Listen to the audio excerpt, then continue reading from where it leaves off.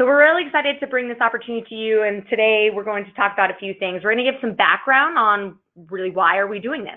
And then we're going to be talking more specifically about the concepts and considerations related to this funding opportunity, and really digging into the application and some of the submission and details as well. And then we really want to open it up for you and utilize this time as best as possible to answer questions you may have.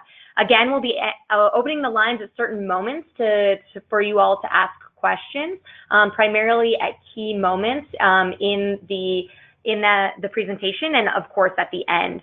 In the meantime though, you are welcome to type them into the chat feature that is located in kind of the menu for the GoToMeeting, and we'll be able to track along with you, respond to you both in that chat and on the call so that everyone can benefit from the responses. So we're going to dive into the details of today and really the heart of why we're here. Hi everyone, this is Chris from the Home for Good team, and we are in a season of conversations on housing innovation, and you've seen it not only in your own work. Obviously you all do this for a living, but you've seen it in the headlines, the public, the political, and the media questions about how do we do things cheaper, quicker. We also want to lift up another goal that's really important to us a little later. But this is something that we at the Funders Collaborative have prioritized as something that's important to us from the inception of the Funders Collaborative. And so we want to talk to you a little bit about that and what the Funders Collaborative even is. We are a group of 30 leading public and private funders who have committed to the work of ending homelessness in Los Angeles County, and with a simple overarching and beginning philosophy that homes end homelessness. So housing and supportive housing specifically has been at the heart of the work of Home for Good and the Funders Collaborative in particular. One of the leading funders who's made it their mission in particular within the Funders Collaborative to really spearhead this area has been the California Community Foundation. So I wanted to turn it over to Chris Hubbard there to share a little bit about kind of the values of what's been important about this for them, and also some of the work that you all have led through the Funders Collaborative on this issue. Sure. Can you hear me, Chris? Yep, you are coming in loud and clear. All right, I wanted to start off with a little bit of background. The California Community Foundation has been funding affordable housing development and supportive housing development through grants to nonprofit developers and also loans to nonprofit developers or loan pools for a while now. But in 2013, we actually started to work with United Way and the Home for Good Funders Collaborative. And what we really wanted to do back then was, find out ideas to help people build units faster, more units and develop capacity. So some things that I thought were interesting, back in 2013, like people were looking at the homelessness respite care system, looking at converting transitional housing to permanent supportive housing because of funding changes. And then in 2014, we did something similar, and people were looking at, how do you work with private owners to restrict units? How do you get healthcare to pay for housing? So these things kind of are still happening today. And then in 2015, we really were funding some work around landlord engagement and just trying to find private landlords who are willing to rent to voucher holders, people with Section 8 vouchers or other rental subsidies. So, and then in 2016, when everything started to change, there were homelessness plans at the county and the city that were coordinated. There was this idea that HHH was going to be on the ballot in November 2016. So in early 2016, in April, we released an RFP with United Way, and we said we're going to try to fund nonprofit developers for up to 3 years and increase their capacity to build supportive housing. And what we really wanted them to do was figure out what they needed. Was it staff? Was it consultants? Was it other items to increase their capacity to build? And we were hoping they could, take on an extra project. If they were doing 1 or 2 projects a year, now they could do, an extra 1 or an extra 2. So we did fund that. We funded 10 groups for 3 years. We're coming to the end of that 3-year period, and I do think it's been successful. all I'll say about that is in the beginning, in like May 2016, the pipelines across the 10 developers were about 1,000 units in Los Angeles County. They have a lot of units outside LA County too. And it's in the past 2.5 years, it's increased by 2,000 units. So it's basically added 2,000 to an existing 1,000 units of the pipeline. So it's been pretty successful. They've done a lot of work. Obviously, that was because there's been additional resources like HHH and now No Place Like Home. So now that this new RFP is coming out with HHH and 120 million, and there's a lot of other ideas on, what types of new housing can be built, what are new models. United Way really came up with this plan to how do we support groups that have innovative ideas but might need a little bit of help getting to the next level, and or might need help partnering with other people. So that's how we got involved, and I'll kind of leave it there unless you wanted me to add anything else. No, thank you, Chris. So many of you all have worked directly with the California Community Foundation in the past. I know you will continue to do so moving forward, but just wanted to give space for how the California Community Foundation wants to also kind of work through this area collectively. We are a collection of funders that do feel like there are things that we are better together working together on in terms of the goals we have. The previous slide was just meant to showcase some of the things where we have invested together to create systemic change. And I think that is the overall goal. You'll see it later, but I think what we want to bridge to, there have been fantastic opportunities. I think the County Housing Innovation Challenge is particularly notable in this regard, is that I think they really put forward a funding opportunity for specific concepts. We're also doing that here, but I think what we want to bridge toward is those concepts at scale and to create kind of systems to replicate these over with public money as well as with private money. So we brought together a committee of people who represented different sides of this. So if you're wondering kind of whose minds went into this opportunity, we have both public funders as well as private funders, and you see the range of folks that are represented there. And in terms of the conversation, we did want to balance it very intentionally across the variety of interests. We wanted to be not only creative, which is the faster and cheaper part, but still meaningful. So I think something that you'll see that we want to say explicitly is that we want to make sure that our efforts to make public dollars go further and activate a private financing market around this concept does not sacrifice the quality of who these are for. And that goes back to the fact that this whole initiative was started originally to end chronic homelessness, which 90% of our chronically homeless neighbors you see on the streets in an unsheltered fashion. And so because of that, we want people outside to be able to make it inside, and we want these units to be able to support the needs of high acuity tenants. So, and to be sustained over time, not only for 1 year, 5 years, but for as long as possible. We do want these concepts to be achievable. We definitely understand that concepts are concepts in some form, so we can talk later about how we judge feasibility and the multifaceted ways we look at what achievable means. But bottom line, we certainly want to fund and invest in projects that are achievable. And then, as mentioned before, scalable is a critical value for us.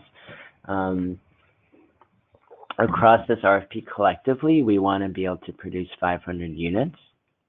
And there's also a minimum threshold per project of 50 units that we'll also talk about later. But collectively, we want that to amount to, we want to support and invest in 500 units of supportive housing in this opportunity in the LA County region.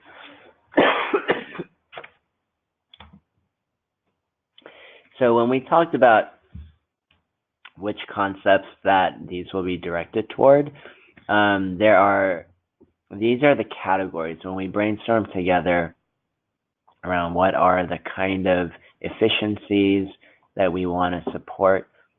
Things basically fell into these 4 buckets of there are probably operational and design efficiencies. There are efficiencies related to land use and entitlement. There are efficiencies related to construction, and then there are also efficiencies related to financing.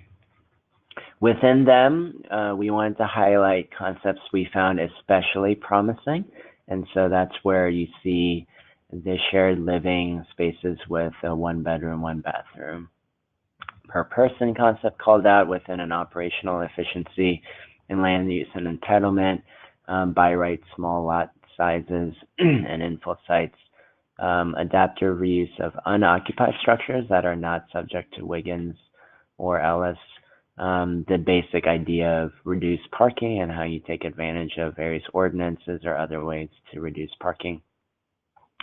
Construction efficiencies having to do with manufactured, prefabricated, or factory-built units or components, alternative construction materials. And financing can be a broad category. There are certainly a lot of efficiencies there. One particular one we wanted to lift up was around turnkey development, which is the basic idea that a housing development is developed by one entity and then transferred or given over to another. And are there any efficiencies in a private group developing the first leg of it and then handing it over to another group for the long-term operations of it?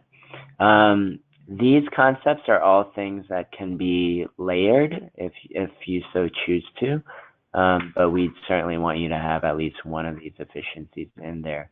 The one of these efficiencies is also not only restricted to these.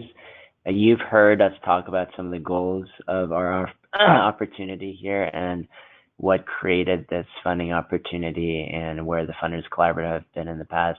We share all those things to kind of share some of the important values of our group. And if you have a concept within these categories on operations, design, land use, entitlement, construction, financing, if you have another efficiency not listed here that are that relate to the goals and the values we discussed, we do invite you to surprise us and also come in with that.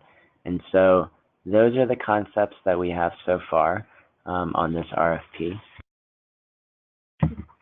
And we want to make space for questions on the values of the collaborative, kind of how we got here, or what we mean by project concepts. So we want to open it up. We are about to unmute everybody, and I give that qualifier to say, if you know you're in a loud place, if you wouldn't mind muting yourself, and then unmuting yourself when you have a question. But we will unmute everyone now. So questions on a project concept. We have minimum eligibility, what makes projects competitive, packages to come. But any questions so far on these concepts or the background of this?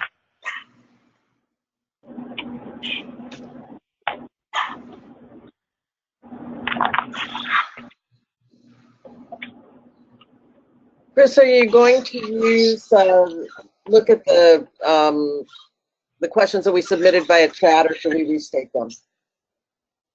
No, Abby, we can answer your questions that you typed in. No worries. So there was a couple questions related to, if everybody could quickly mute themselves, that would be fantastic. Otherwise, I can quickly mute you all, but that would defeat the point of the open questions. Thank you. So in terms of, there was a couple questions around on a turnkey development, could the acquiring entity be a for-profit operator? There was also another related question around, do you have to have nonprofit status? No, this opportunity is open to any organization who is interested in developing in Los Angeles County, for-profit or nonprofit. We'll talk a little bit later about how you might utilize partnerships to strengthen your project, which could include a nonprofit operator or entity that might be a partner in development, but you do not have to be a nonprofit to apply in any of the concepts or categories. There was also a question that Abby, that you submitted around consideration for projects that reorganize or repurpose existing housing stock. So that is most directly related to the land use entitlement section and the adaptive reuse. It is specific to unoccupied structures. I think one of the goals of the Funders Collaborative, and this was, a conversation we definitely did have about how can we, work on increasing the supply of housing overall. And so we did make the distinction that any adaptive reuse should be utilizing unoccupied structures and not reorienting current housing stock for supportive housing. What is the timeline on this in terms of the actual structure, the building? Is there a timeline to where the building should go up? Good question. We'll definitely I think we'll move that into the next section when we're talking about eligibility and the tracks, because I think that definitely relates to that component about kind of where developments are in what stage they are and phase they are in terms of the concept of construction. So hold that question, but we'll definitely mark it down to answer it in that section. Okay. Any other questions related to concepts or goals more generally? We're going to get into the more specific application section in a second. Emily, do you want to address? I was going to say there's a question on the 1 bedroom, 1 bathroom. Do you want to just address that before we move on? I think we can do that as part of the next section as well. Thanks for flagging that.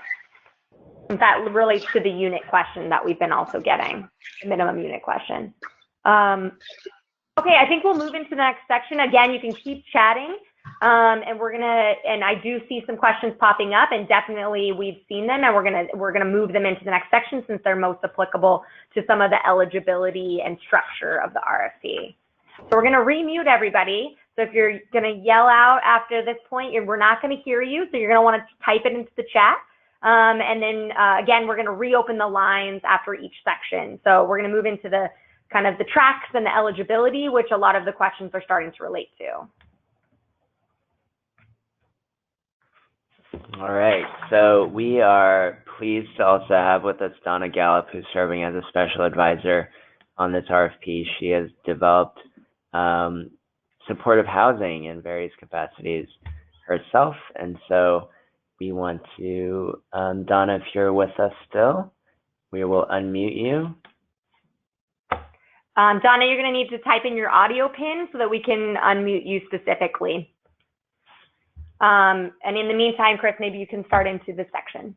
Yeah, so I think what we want to really highlight, and this is probably a very important characteristic of this RFP, which is that this RFP has 2 tracks available for applicants. One, public-private financing.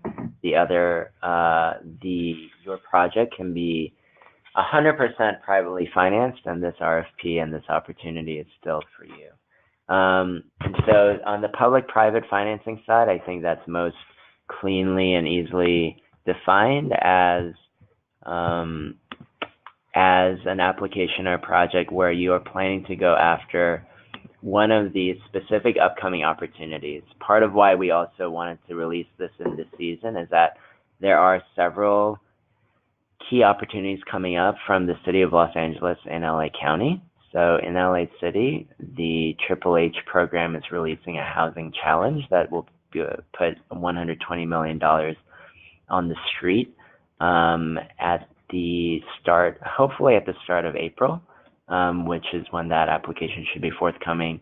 The County of Los Angeles is also the administrator for the state's No Place Like Home funds, so Prop $2 that we all voted for last year. That will bring another $230 million for the construction of supportive housing.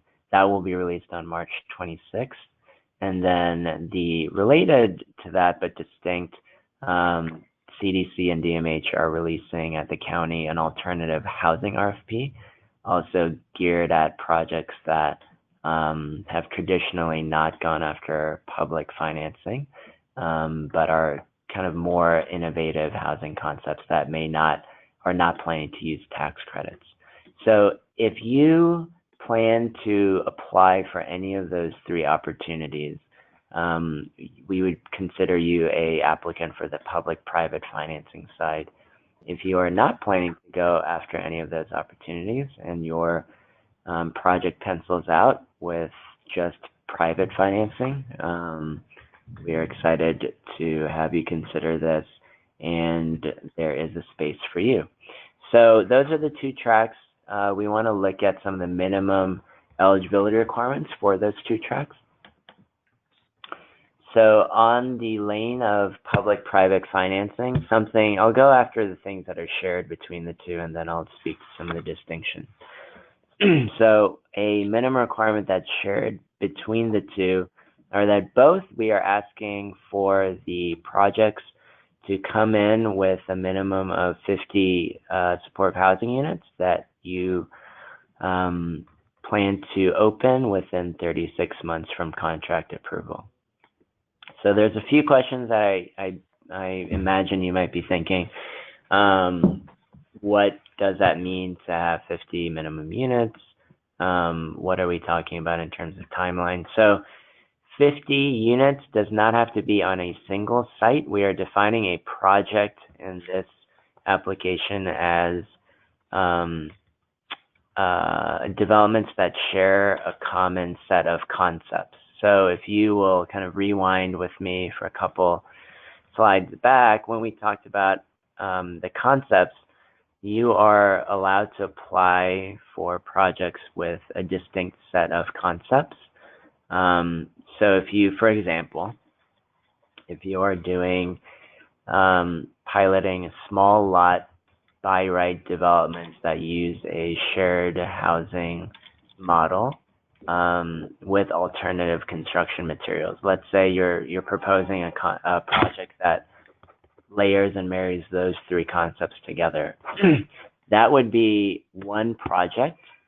And then if you have another project where you're using modular manufactured housing and it's a traditional kind of large lot size, over 25,000 square feet, that would be another distinct project. So on the first project, each house may be a duplex with 2 units per site, but you feel like you can do 25, 30 of those over the course of 3 years. That would be how you would get to the 50 unit minimum. So the units do not have to be on a single site, but each application needs to propose how you plan to achieve that minimum across that package of concepts that make up one application. The 36 months, this has been a question, is at 36 months fully leased?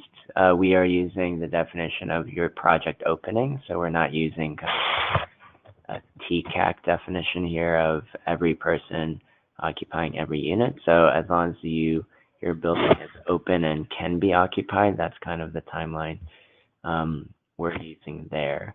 Units here does not mean bedrooms. We are talking about distinct kind of living spaces, dwellings, kind of independent dwellings, and units there. So not just doors, but kind of standalone units. Donna, I think we have audio control for you now. So if you want to speak to any of the other broad minimum eligibility, I'll tag team with you. Yes, when you were talking about units, we talked about, just to share with everybody, to clarify. So in other words, if it's a 5-bedroom house, each bedroom would not count as a unit. But if they were individual small studios that had some kitchen type facility, like a burner and a refrigerator, a bathroom, then that would be what Chris was referring to as a standalone unit and could count as a unit, even if the living spaces, the large living room or community space, was shared. Because I know there were a number of questions about those common spaces be shared, and the answer is yes, if the units have those standards. Yeah, I think there's a question before about the 1 bedroom, 1 bath makeup. So I'm going to give a very politic answer right now, which is that the 1 bedroom, 1 bathroom concept was a best practice or a promising practice that we've heard from people who have done this as within shared housing, shared living, that every person having their own bathroom has felt especially important when working with this population. So that's the promising practice we want to put forward. So, for example, if it were 8 people in a house, we would be talking about 8 people having their own bathroom. That being said, we do have the surprises category. So if you have a very deeply compelling reason to share an alternative concept, you are invited to. I think you would just be also invited to consider that the committee thus far has felt most comfortable and excited to see 1 bedroom, 1 bath concepts that can share a shared living space. But that's the specific shared housing model put forward, but it is not restricted only to that model. And just to underscore, go ahead, Emily. Just to underscore, because there was a question, shared living is allowable through this RFP and can definitely be a concept that you consider as you're featuring your design and the projects that you're going to put forward.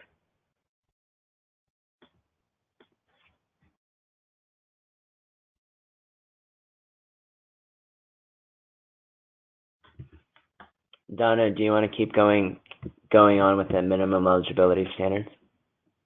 I think yes, but I think it's important to also add that what's not on here, which is in the RFP, is the competitive criteria. So I know that in speaking to developers prior to the RFP, a lot of people were articulating that 36 months wasn't fast enough. And so we did also add into the competitive criteria that, if you can complete the projects and the 50 units within the 24-month period, that is something that would be favorable in your application. So even though the 36 months is what, is the expectation, we are definitely looking for faster. So Chris, you left off on just what's in common. Under the private financing, we do have those that will be coming into the application process that are not going to be seeking the 3 main public funding sources that were outlined by Chris. And those projects, though, the standards are listed on the slide, and we're asking people to then, in other words, meet their total development cost to be under $400,000 per unit, and we're expecting them to describe in the process what their affordability plan is. Even though there's not a specific year covenant required, we do want to, for those applicants to demonstrate that this is going to be a project that will be long-term sustainable and affordable to those that they propose to serve. I think that also opens up the floor on the private side, and I don't know, Chris, how much we want to talk about the experience component, but that also left open that those who may not be experienced in this particular in permanent supportive housing may be applying in that private financing track. Yeah, so the public-private financing track, most simply stated, for the specific ones that are not shared. For example, the requirement that tenants come from the coordinated entry system, and that's certainly something that we can assist you with in terms of how that happens. But as long as you're agreeing to take tenants from the coordinated entry system, that's the other piece that both hold in common. But on the public-private financing side, the minimum requirements for that, we're just asking you to mirror and be conscious of the minimum requirements for the public financing sources.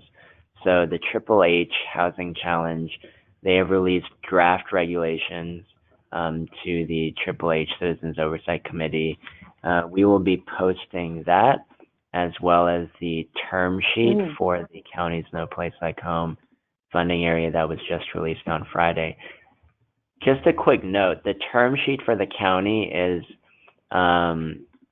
in a much more final form than the draft regulations are for the city. So the draft regulations for the city, there will be another version in a more final form that releases on March 20th to the Homelessness and Poverty Committee. Part of the reason why our application period, we're leaving it open until that post is so that you can incorporate that in your application. We don't anticipate there to be dramatic changes from the initial concept. I think some of the maximum subsidy amounts, for example, on No Place Like Home, the term sheet says that the public subsidy will be no more than $100,000 per unit or per bedroom. It allows you, again, it also allows you to employ shared housing concept, but it counts it by bedroom and not by tenant. And so there's a maximum subsidy amount there. I think the city historically has used a maximum subsidy amount of $140,000 a unit. They have their own experience requirements on both. They also have affordability covenants that they mandate. There was a question about prevailing wage. That's an excellent example of the kind of thing we're saying. You would have to comply with the prevailing wage requirements of the funding source. Obviously, private financing does not have a requirement on prevailing wage. If you are applying for a public financing source, your requirements would be whatever the APPH Housing Challenge, No Place Like Home, or the alternative housing NOFA requires.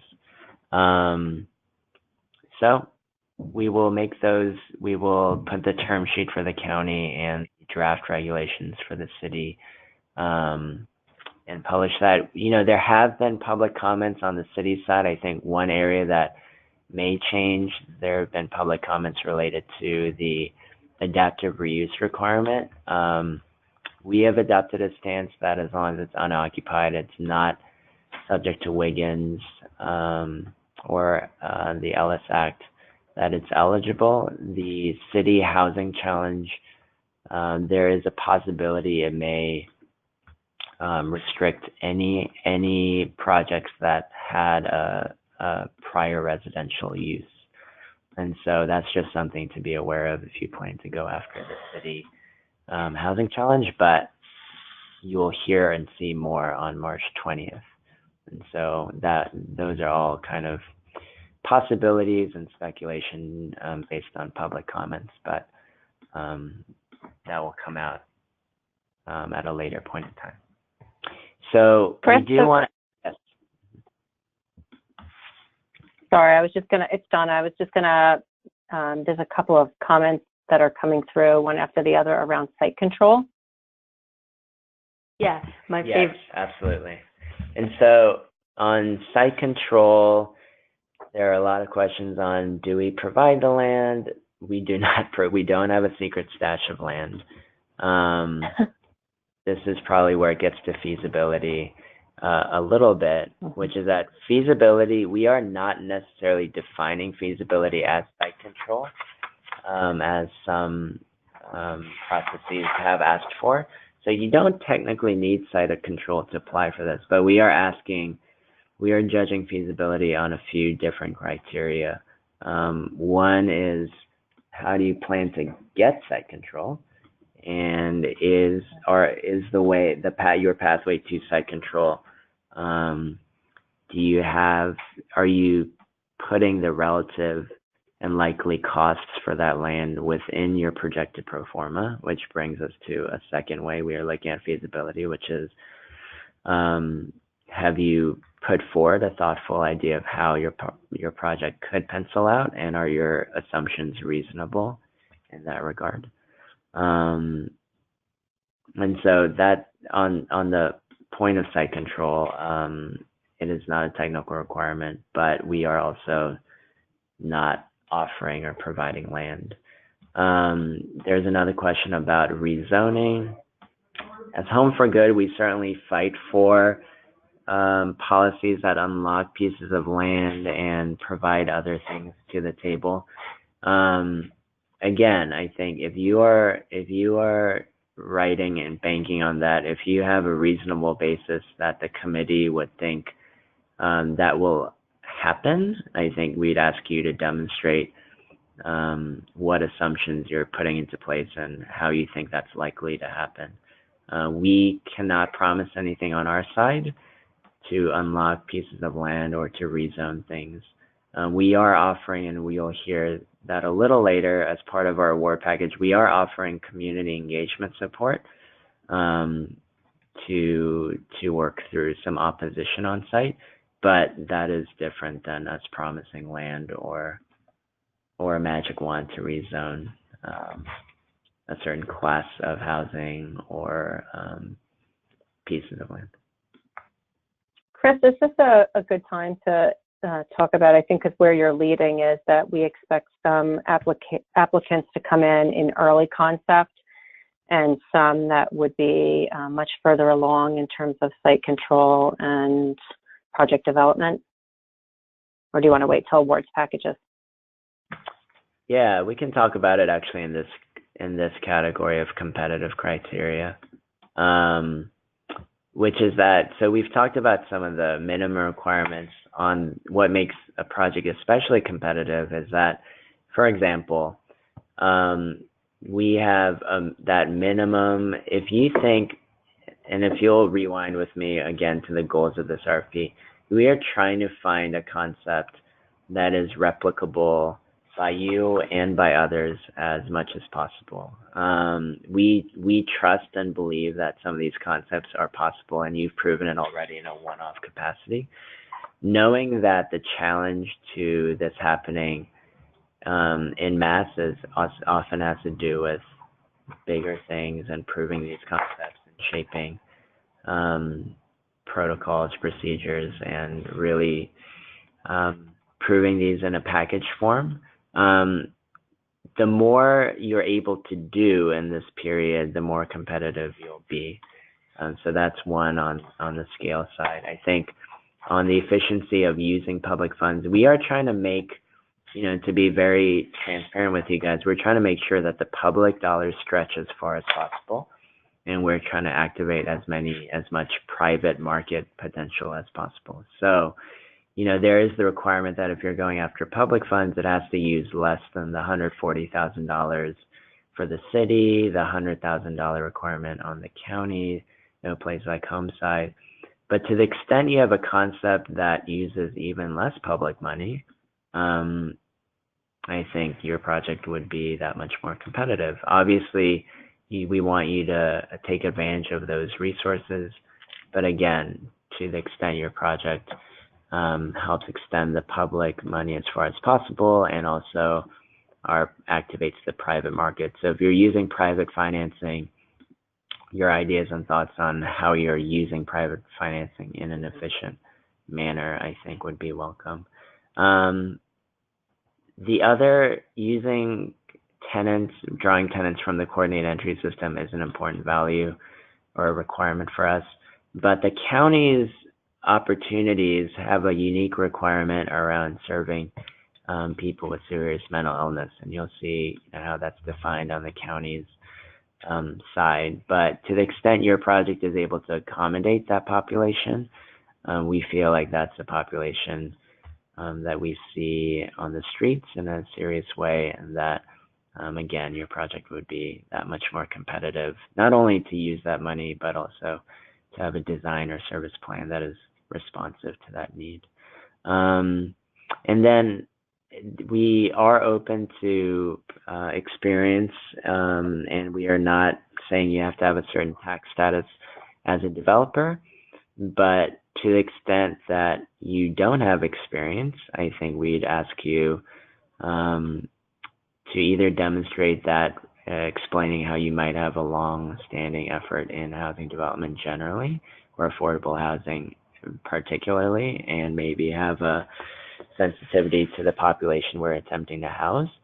But we are also offering a matchmaking service from the Funders Collaborative. So if you're open to being matched with another developer with more experience on your way to go after public dollars, which has more serious experiencing requirements, or even generally, if you just want support in building out your service plan or your development, if you raise your hand for that, I think that's something we'd invite as well. And that's the last part of feasibility that we're looking toward, is kind of how you demonstrate your ability to get these things done. So if you have the sites already, great. If not, if you have a pathway to get them, great. If you have a project pro forma that is thoughtful and the assumptions there make sense, we'd be excited for that. If you have, or if you have experience that you can demonstrate, and a leadership team that shows how you would get to the assumptions you're making, we invite that as well. So to reference back what Chris was sharing related to specific questions that were asked through the chat and previously on the call, one is we are accepting proposals and projects that are at various phases of the development process. So you could be in early concept phase and not have site control and not be, ready to put the shovel in the ground, and that is okay. There are also obviously the city and county opportunities have some of that flexibility at this point too.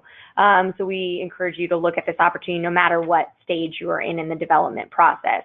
There has been some questions around later stage developments, and there is as we'll talk about in kind of the competitive area, there is a little bit of the but for, like, why is this investment needed to really get your concept to where it needs to be to be creative, meaningful, scalable, achievable. And so, as you think about kind of where your project is in the process, that is definitely a consideration. We are also not in the market to replace money you already have on the table. We're as we'll get into the awards package, this is supposed to be a value add to help get your project further, and even realize a project you may not have been able to otherwise do. So that is the consideration as you're looking at what phase you're currently in. Related to the coordinated entry system, there was a question around targeting locally within your service planning area. We are only requiring use of the coordinated entry system, and so you would match kind of the requirements, policies, and procedures of that system to be able to match residents to the units. Obviously recognizing that in some cases you may, if you're, for example, going after the No Place Like Home dollars, to Chris's point, you would also be targeting individuals with mental illness. And so layering that on, but that is what the coordinated entry system is for, is matching clients to resources. And so we would recommend, obviously, that you have conversations with your community leaders who are leading that system prior to, fully designing and fully baking your concept to ensure that it is going to be an effective, lease-up process for you. And then the last piece that related to what Chris was saying was somebody asked about, do I need to come in with the partnerships? As he mentioned, we do offer this matchmaking service. We also obviously encourage you not to wait. These are very quick application processes, both on our side and for the city and county. So if you have the opportunity to connect and create partnerships in advance of applying, great. If you are not in a place to be able to do that, definitely reach out to us even now, and we can start having those conversations so that you're not waiting until approval to be able to start building those relationships. Yeah, I just want to underscore what Emily said. So feel free to reach out to us now and request that. But I mean, the specific answer is you don't technically have to. You can, on the application itself, note that you still want that. And that could be then, but again, don't necessarily wait until then if you know that's something you'll be wanting. We have another question of saying, if you're on the other side of the match and you're open to being matched with someone, how would we take your kind of interest in that? I think at this point, we'd take it the same way. If you have a special interest in that, please reach out to us and let us know that you're willing or interested in being matched to someone with someone else. Chris, there's also a number of service providers on the call, I noticed, and if any of them also have an interest in being matched as a service provider, that's been a quite a question, a frequent question of developers. So it would be nice for the service providers to also let us know. And also there is the open house. That is an in-person event that is an opportunity for people to meet face-to-face around partnering for this opportunity as well. Great. Thank you. Last thing before leaving this section, I don't think we specifically answered the question about kitchens. Emily answered it on the chat, so maybe we'll ask Emily just to say it verbally for those of you who might not hear us. Yeah, and of course, add in, I just kind of reiterated some of the pieces that you shared, that we will definitely consider any concept that's creative, meaningful, achievable, and scalable. Though we shared that private bathrooms with shared living spaces has a recognized model, and that you may consider incorporating other configurations of shared living. I'm literally reading the chat right now, so apologies for those who already read it. Any other configurations with shared living, shared facilities of any kind, kitchen, bath, can be applied for as well. So it definitely is more speaking to how are you operating that facility in a meaningful way that is serving the needs of the clients that you're housing. How are you ensuring it's feasible? How are you ensuring it's durable? All of these pieces that go into your design, and sharing that through your proposal so that we can understand how that configuration and that model will be effective for service delivery, which is obviously the ultimate goal of supportive housing. Great. All right. Are we ready to move forward? Yes. To probably what many of you are here for, the awards package. So we're excited that as we kind of look as a Funders Collaborative and we've continued to kind of grow our impact and our funding and our partnerships, we've been also excited to look at how can we give more than money? How can we give grant dollars that we know are so core to ensuring the success of these projects, but also how can we give other things that we have access to, our partnerships, our name even, and how can we ensure that we're continuing to be a partner throughout. So the Funders Collaborative, as kind of mentioned in the RFP, we fully intend on being a partner throughout the projects that we are going to support. So as you'll see in the RFP, kind of breaks out 3 different segments of funding and opportunities to work with us. So I'll highlight a few, but definitely I would encourage you to go to the RFP and read that page of the RFP, which is page 4, for more details on kind of the specific pieces that we're looking to offer in support of the projects that are selected. So obviously the big kind of grant-related pieces are the pre-development funds. These are phased, so there was a question around kind of the timing of funding. So these are going to be phased based on kind of what track you're in, essentially. So if you are going after public funding, one of the key pieces obviously for that is approval for public funding. So obviously most of the investment and opportunities will come post-award from public dollars. There have been some questions around if I start as a public funding opportunity, but I am not awarded public dollars, am I able to still be considered? Primarily, these 2 tracks are two different distinct opportunities only because of the eligibility. These are going to be reviewed collectively. There is no separate pool of money for the 2 tracks. So if your concept is strong enough and can be reoriented to be privately funded, if you are not awarded public dollars, we welcome that conversation and would be happy to consider, still supporting the project moving forward. So that is to say, if you are planning on, supporting a concept that you're going to put forward for public dollars, start in that track, and then we can have conversations as things shift or change. Because of the timing of the public dollars, you should know by the time you submit this application whether you're going for those public dollars already. So that will help define your track as well. And then, of course, pre-development being a huge piece of it, we wanted to obviously support that. Staffing and consulting, feasibility, acquisition, modeling. And so there are maybe other things that you consider. This is not an exhaustive list by any means, but these are some of the ones we wanted to call out as key areas that we've already supported previously and that we know you may need. Recoverable grants is the newer concept for the Funders Collaborative. We are offering up to $250,000 and no more than 50% of unsecured deposit for things that are going to be essentially recovered. These are primarily deposits, as you'll see. So when you're placing an order, you need the upfront funding, but you may be able to obviously recover that money because it is a deposit. As you'll also see in the RFP, we are not necessarily in the long-term loan game, and so there are some conversations around, as you'll see in the RFP, like I said, there is a conversation around transitioning recoverable grants into other uses after that has been recovered. So it would be upfront use for this purpose, and then we would have conversations about maybe how to apply those dollars once they're returned to other pieces of your project or future projects related to these collective goals.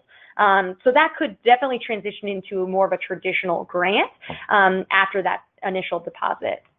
And if it were quote unquote recovered, I think the process it would be most likely to use is that it would just offset a future payment on the side of the phase pre-development fund. So it would probably look at a payment schedule, and that's likely how we would recover it if we recovered it.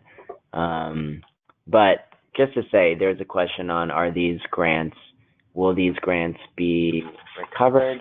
Unmuted. Any amount in the phase pre-development funds, those are not recoverable. I mean, those are grants in the most traditional sense.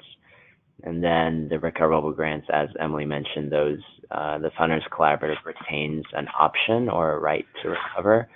But we also are open, and we'll look at transitioning those as well, potentially. But you can think of them as up to $250,000 of funds that won't be recovered, and $250,000 that might. On the phased pre-development funds, I think this is also important to point out.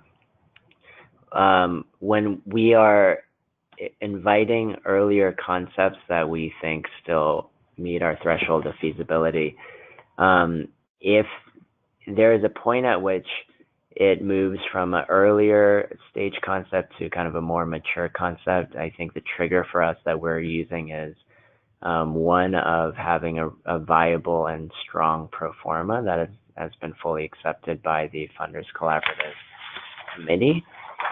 Prior to that point, there's a specific amount that can be used up to that point, and so there's no more than $75,000 available at the point where you prove a viable and fully accepted pro forma. That would unlock the full amount. But the award will be made in full with kind of project milestones along the way to unlock the full amount. I think this is also an important point to mention, that we do think the letters of support, and we are as excited about the additional in-kind supports available through this opportunity, and we've heard that from you as well, that you're also excited about these.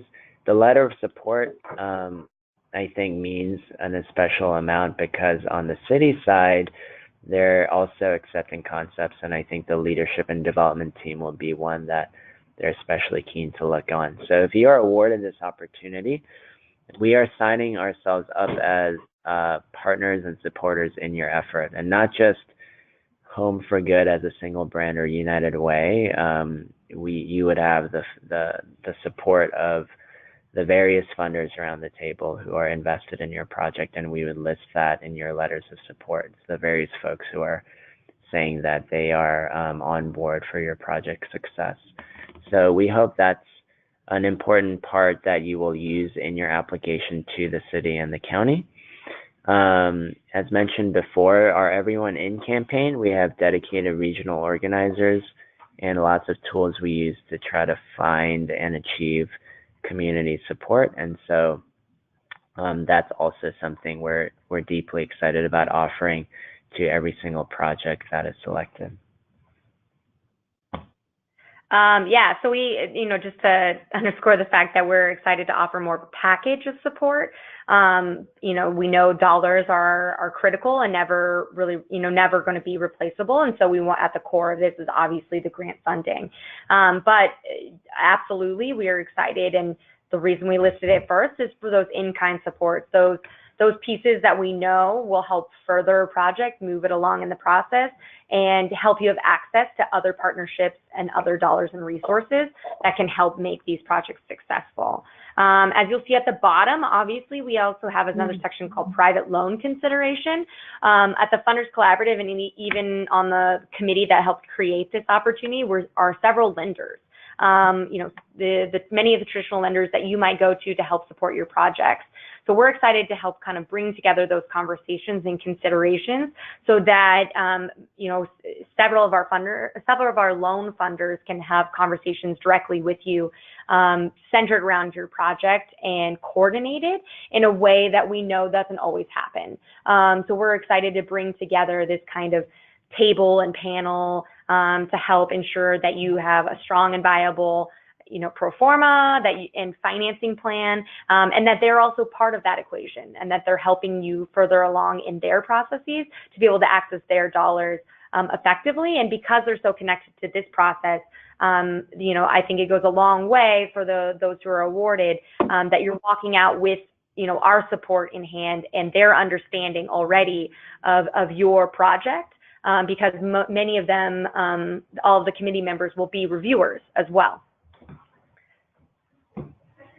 So we're going to keep moving forward to the application, and we're going to burn through this section because this is pretty straightforward, and then that way we can get to all of your burning questions that are kind of most applicable to today as well. So we hope we answered many of them along the way, but we're going to burn through the application process so that you can get back to the questioning of us.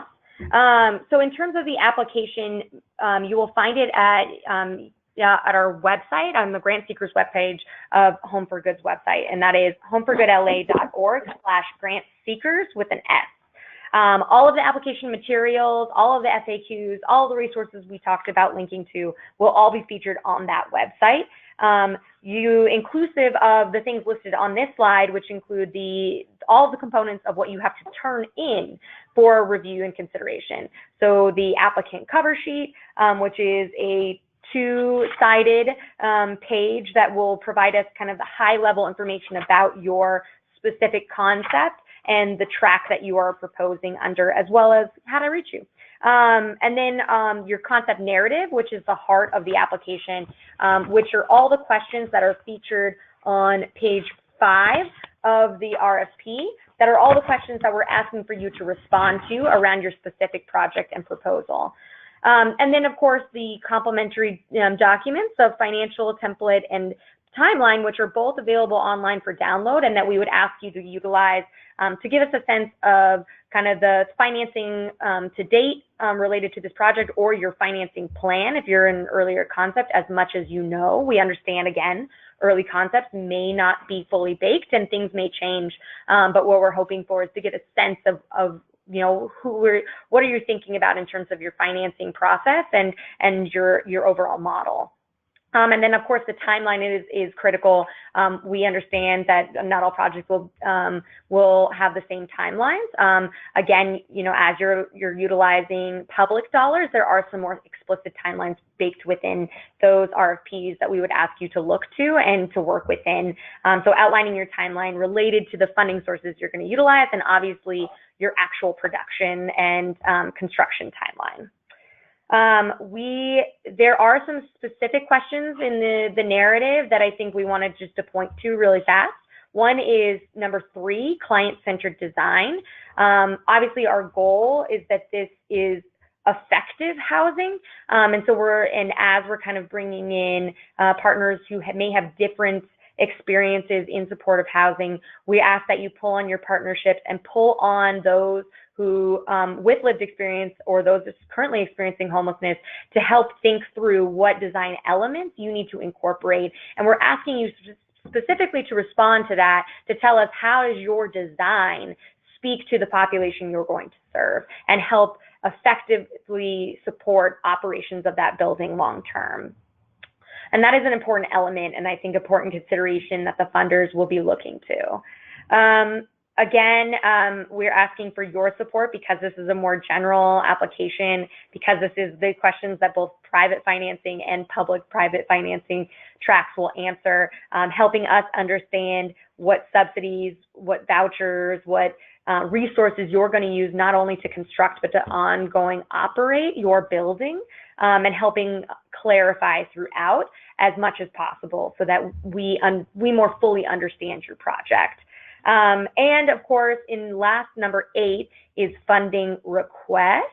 So we're asking you, we understand what we have on the table, and we understand that you probably want the maximum of what is on the table. But if for whatever reason you don't need, that full amount of dollar investment, please outline that. If there's certain elements of our in-kind support that you think will be most valuable, please outline that. We want to know how we can be most effective as a partner, and we understand that that may not be the full package, or there may be things that you need that we haven't even listed. So we just want to get a sense of what do you need from us to make this an effective project. And then the last piece I'll point out related to the subsidies and vouchers, that we made an update right after we released it. And so if you have not downloaded the most current version of the RFP, I would encourage you to go to the website and do so. The only small shift that changed is in the financing section under number 6. We intended on adding this question in advance and just had, it was a mistake. And so we've now added source more specific information, again, about your subsidies and subsidy levels around the construction, but not only the construction, but also how are you employing resources, because as much as obviously we're looking at efficiencies in construction and construction costs overall, or development costs, I should say, overall, we're also looking at how are we utilizing our overall resources to address homelessness effectively. And so if you have considerations of how you may use federal resources first, or how your building and design is going to welcome different types of resources to maximize our local resources, that would be, this is the section that you would outline that. And that reminds me of one potential point of confusion. When we say privately financed, we do not necessarily, it's not in reference to a rental or operating subsidy source. So if you use a local subsidy like the county flex pool or federal housing choice vouchers, we are not saying that that's a private public financing model. If you're just using operating or rental subsidies, you can still apply in the private financing side. So I think that's a potential point of confusion. We want to be clear about that. Great. So you can kind of run through the concepts and the questions, and if you have anything specific, obviously we have some specific questions popping up that we'll answer in a second. Just quickly go through submission. We have made a submission window. We are not accepting any proposals except for between Tuesday, March 26th and Thursday, March 28th. This is in part because of our public funding sources we'll be releasing at the end of this month. We'll talk about that in a second. And so we would like you to consider them and to refer to them as much as possible. Whether you're, ultimately end up in the private financing track or not, we think it's worth looking at the resources available to support your project overall, and to consider all resources that are currently on the table so that you can maximize these opportunities. Again, we will be accepting them through our RFP at unitedwayla.org. That's the email you use to RSVP for today, that you will use to RSVP for the open house, and that you will continue to use to ask questions through. We do not accept hard copies. Please do not come to United Way and hand in a proposal. Please just email it, and also email it. This is a little different. Email it in its original format. So that is a Word document, Excel sheets. No, just don't send PDFs. All this is just to help expedite the review process. It does take a significant amount of time to untangle PDFs and to distribute them for review. And so we would like to expedite that process, and we have a very short review period for this. And so we appreciate your help in submitting them in their original formats.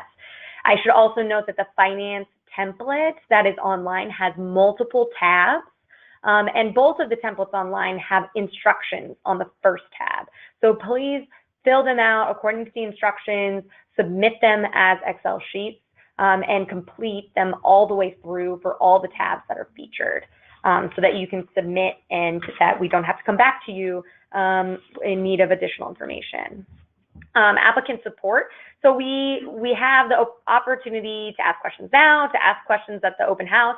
Open house will also be available in person to have more of these direct conversations. If you want to use it as a meetup spot to build partnerships, please do so. It'll just be an opportunity to connect in that last phase of the application period.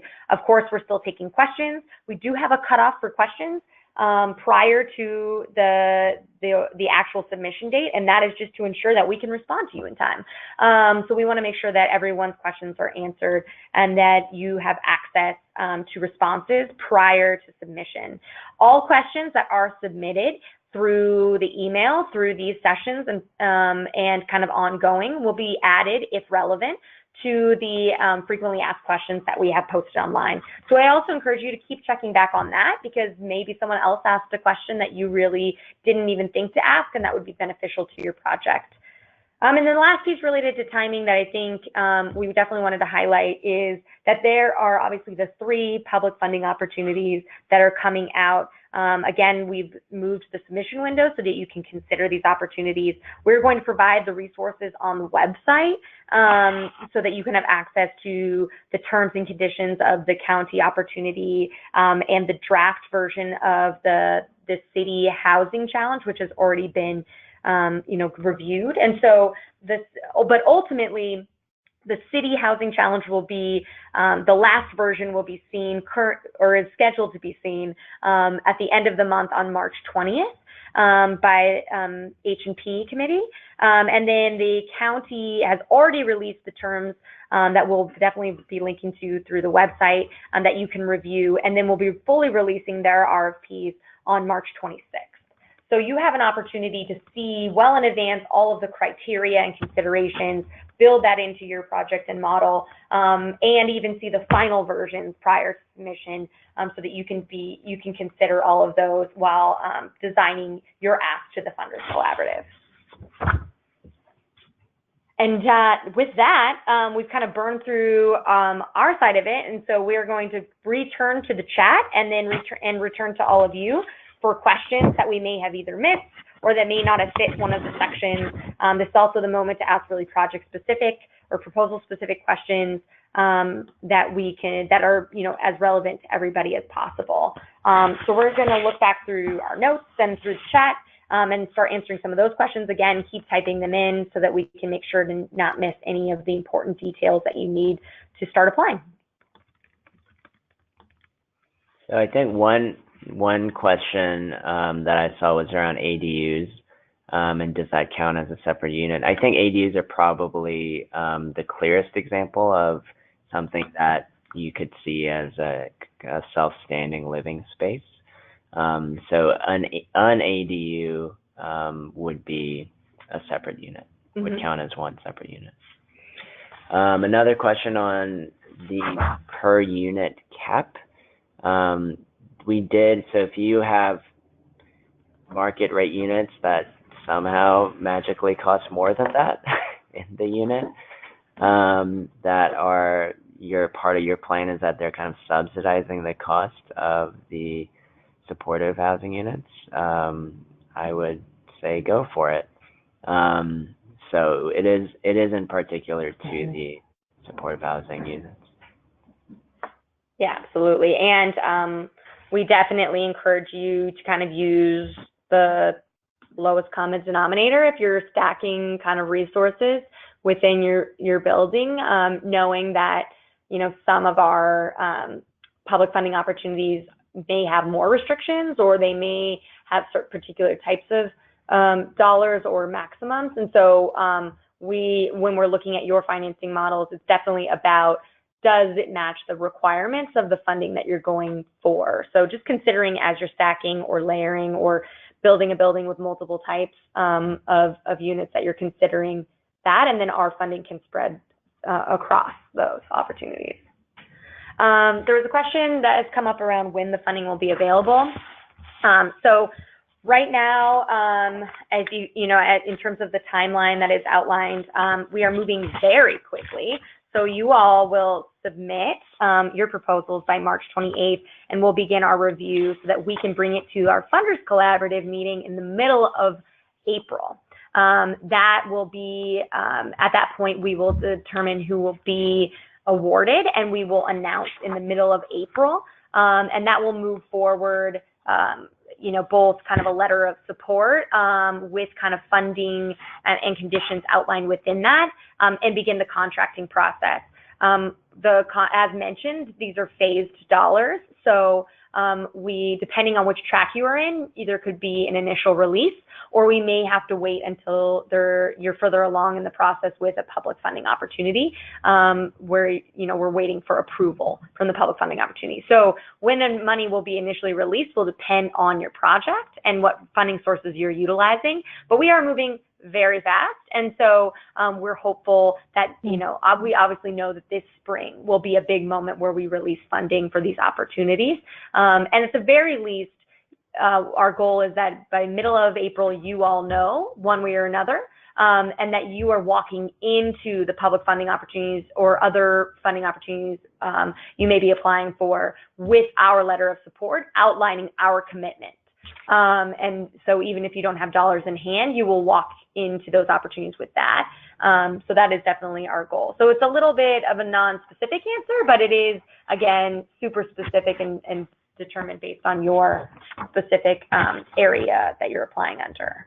And I think it's something we'd invite for you if in the financing section, if you have a specific milestone you're looking for a specific amount by, you know, let's say you have to put a deposit down by a specific period, please let us know. Obviously, it's not something where we have a uniform standard across the board, but that can certainly be taken into consideration. There was a question about whether when we talk about LA County, we're including LA County unincorporated. And definitely, we are border to border in our efforts and our goals. Also, we are not looking at only city dollars, but also county dollars. You may employ, you know, you may employ state resources or other things. So absolutely, LA County wide, inclusive of unincorporated. So there's a question of, can a city apply? Or do they need to partner with a nonprofit or for-profit? So we had explained that tax status is not a requirement, so you don't have to be a nonprofit, so that cleared up nonprofit versus for-profit. So cities, are they also invited to apply? Yes, I think we're open to anyone who is going to advance our collective goals.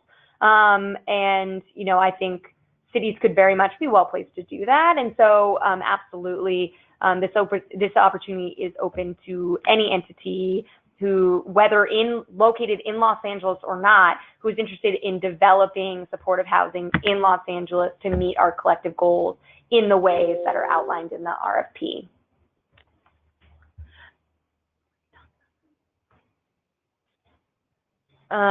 So we had another question just to, I think, be more explicit on.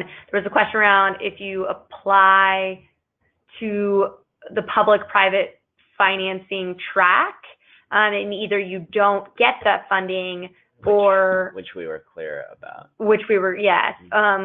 Or you choose not to apply for those dollars. So one, I think, kind of because of the timing and how we've sequenced things, you should know by the time you submit whether you're going to apply for those dollars. So that one will be a little bit more clearer, especially now that we, you know, have outlined some of when the public funding opportunities will be launching. For the other piece, again, just reiterating, absolutely, if you're planning on applying for the public dollars, start in the public buckets, the public track. And that we can absolutely consider if you are not selected for funding through that, if you're selected for our award, but ultimately are not selected for the public dollars, that, which again is a condition of our funding, we would have a conversation and reconsider whether your pro forma and your financing model could be financed in another way, because ultimately and most importantly, we're looking for solid concepts that are really reaching these collective goals. So if you have a solid concept that can transition into a private financing model or may utilize different public funding than you originally thought you would be awarded, we can absolutely have that conversation and can talk about transitioning. This is one of the benefits of being a private funder. We have some flexibility and some nimbleness that we're happy to afford to our applicants, because we are all after the same goal. And so if your concept is strong enough to be selected, we don't want to lose your creativity and your meaningful project. So we'll work with you as much as possible to reorient that. And we will be doing, for the last 10 minutes, the very dangerous action of unmuting all phones. Oh gosh. Okay, so if everybody could first, again, remember to self-mute, that would be fantastic. And then I'm about to do the most dangerous thing anybody does on a conference call, unmute you all. So unmute yourself, please. And then now Whereas this everybody. project here, we can take 100%. Everybody is right unmuted? there. It's easier for us all to be involved with. Okay. And so, and then this deal, I talked to them, this is off the table. Well, I'm going to mute everybody because that clearly didn't work. So if you have a question, let's just chat it in. And then if you would like to talk on the phone, you can chat in to say, I have a question, and I will unmute you specifically.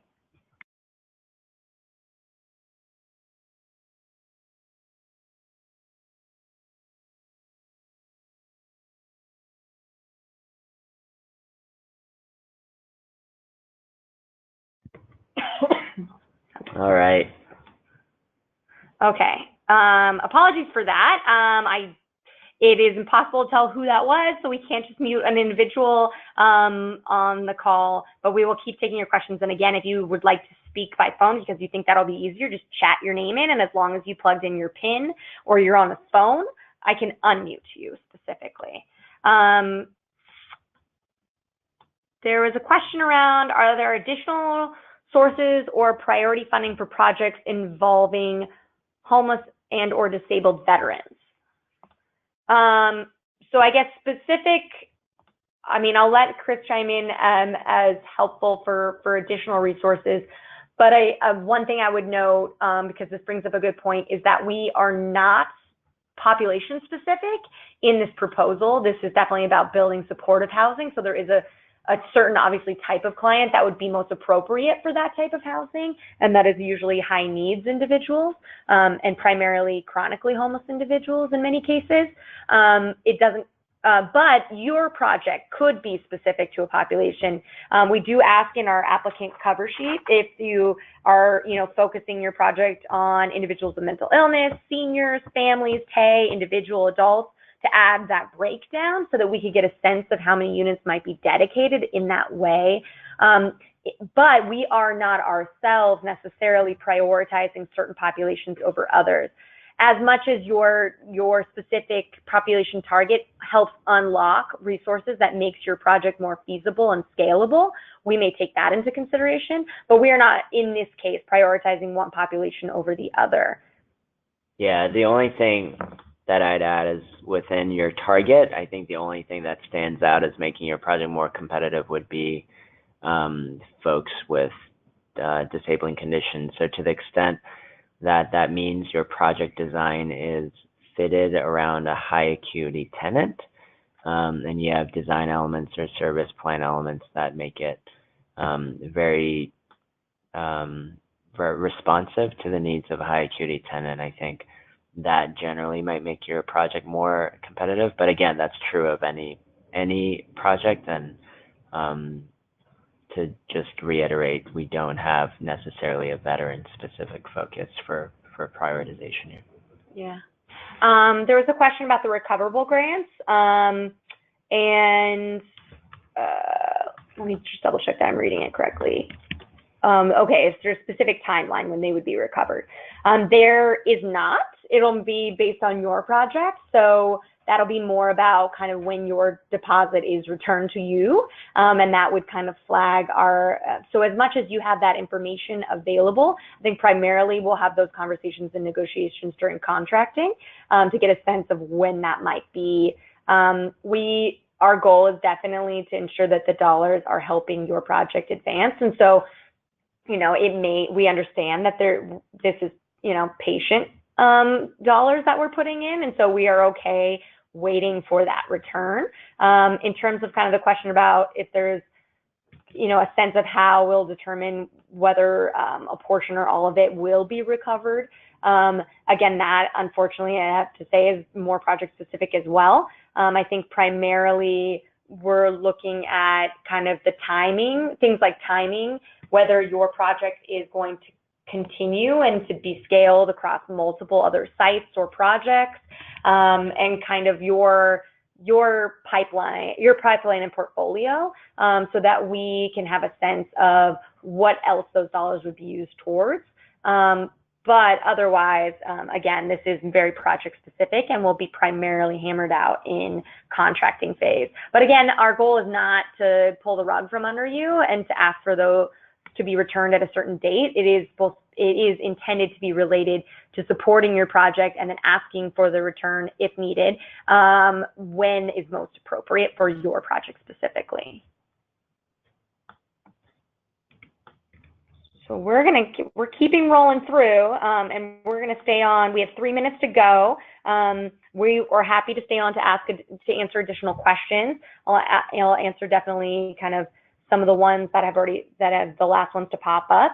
But we also want to just take the moment to thank everybody before people start leaving us completely, to thank you all for joining us. We do have additional opportunities to ask questions. We do have additional opportunities to connect with us.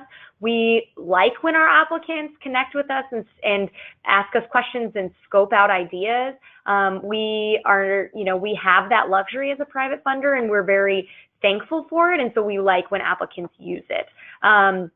We want you to come up, obviously, with your own ideas and concepts that fit your goals, but definitely connect with us to see how it fits our goals and how we can help support and strengthen your proposals so that they can all be considered for funding and opportunities like this. We, again, have the open house at the end of the month. We have the RFP at United Way LA that you can continue to use to ask questions. And of course, we encourage you to continue to go back to the homeforgoodla.org/grant-seekers with an S, a website as often as possible to download the updated frequently asked questions. And again, we're going to even be updating it from today with additional resources and connections to these public funding opportunities you may be interested in applying for as well. So kind of in our last piece, I just wanted to thank you all. Again, we'll stay on for a couple minutes to answer any lingering questions, but you have plenty of opportunities to connect with us otherwise. And a big thank you to, if there's anyone on the line that's from our committee, who are immensely helpful in helping brainstorm and shape this opportunity into what it is. And so we're just deeply thankful for the funders and for the systems partners who participated in that process and helped create this document that you're all, asking questions about and responding to for this opportunity. So with that, we're going to, again, roll through any last questions, but we just wanted to give you all a big thank you.